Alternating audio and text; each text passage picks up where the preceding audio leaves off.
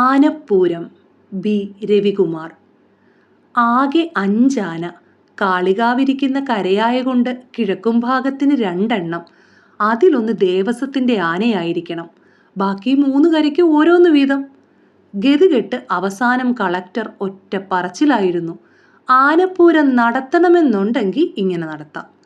പാടത്തിൻ്റെ കരയിൽ ചുറ്റുമതിലും കെട്ടി നിന്നു തിരിയാനിടയില്ലാത്ത ഇട്ടാവട്ടം സ്ഥലത്ത് പൂരം നിരോധിക്കണമെന്ന് പറഞ്ഞ് കോടതിയിൽ പോയിട്ടുള്ളതും നിങ്ങളുടെ നാട്ടുകാർ തന്നെ. നിരോധനം വല്ലതും വന്നാൽ ഒന്നും നടക്കുകയുമില്ല. വേറൊരു കാര്യം കൂടുണ്ട്. കണ്ണിൽ ലേസർ ലൈറ്റ് അടിച്ച് ആനയെ വിരട്ടാൻ ചില സാമൂഹ്യദ്രോഹികൾ തയ്യാറെടുക്കുന്നുണ്ടെന്നൊരു ഊമക്കത്തും എനിക്ക് കിട്ടി. അതൊന്നും കണക്കിലെടുക്കാതെയാണ് ഞാൻ ഈ നിർദ്ദേശം വെച്ചത്.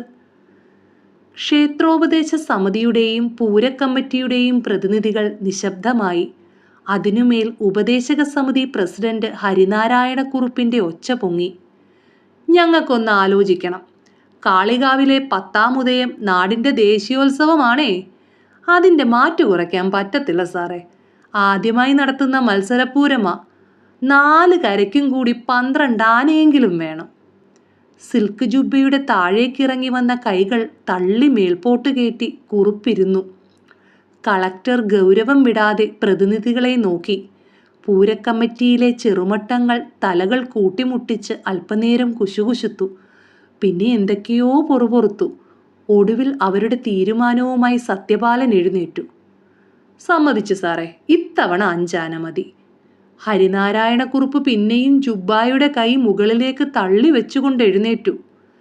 അങ്ങനെയെങ്കിൽ അങ്ങനെ ആയിക്കോട്ട്. പക്ഷേ ദേവസ്വത്തിൻ്റെ ആ ഒട്ടകം പാലം വേണ്ട. ആ ഞൊണ്ടനാന പൂരത്തിൻ്റെ സകല ശോഭയും ഇല്ലാതാക്കും. മറുപടിയോ ചർച്ചയോ ഇല്ലാതെ കളക്ടറുടെ ചേംബർ ആളൊഴിഞ്ഞു.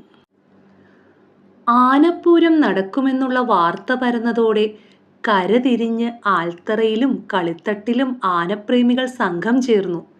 ജില്ല വിട്ടുവരുന്ന ആനകൾക്കു വേണ്ട വനം വകുപ്പിൻ്റെയും ആരോഗ്യ വകുപ്പിൻ്റെയും അനുവാദം മേടിക്കലും കടലാസു പണികളും ഉത്സവ കമ്മിറ്റി ഏറ്റു. പക്ഷേ ആനകൾ ഏതൊക്കെയെന്ന് ഉടൻ പറയണം. ആർപ്പേ ഇറോ ഇറോ ഇറോ. ആൽത്തറമേലിരുന്ന പടിഞ്ഞാറ്റും ഭാഗത്തെ പൂരക്കമ്മിറ്റി എഴുന്നേറ്റു. മാന്തോട്ടത്തിലെ ദിനേശനായിരുന്നു അവരുടെ കൺവീനർ.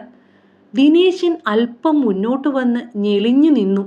പറച്ചിലിൽ ലേശം ബാസിട്ടു.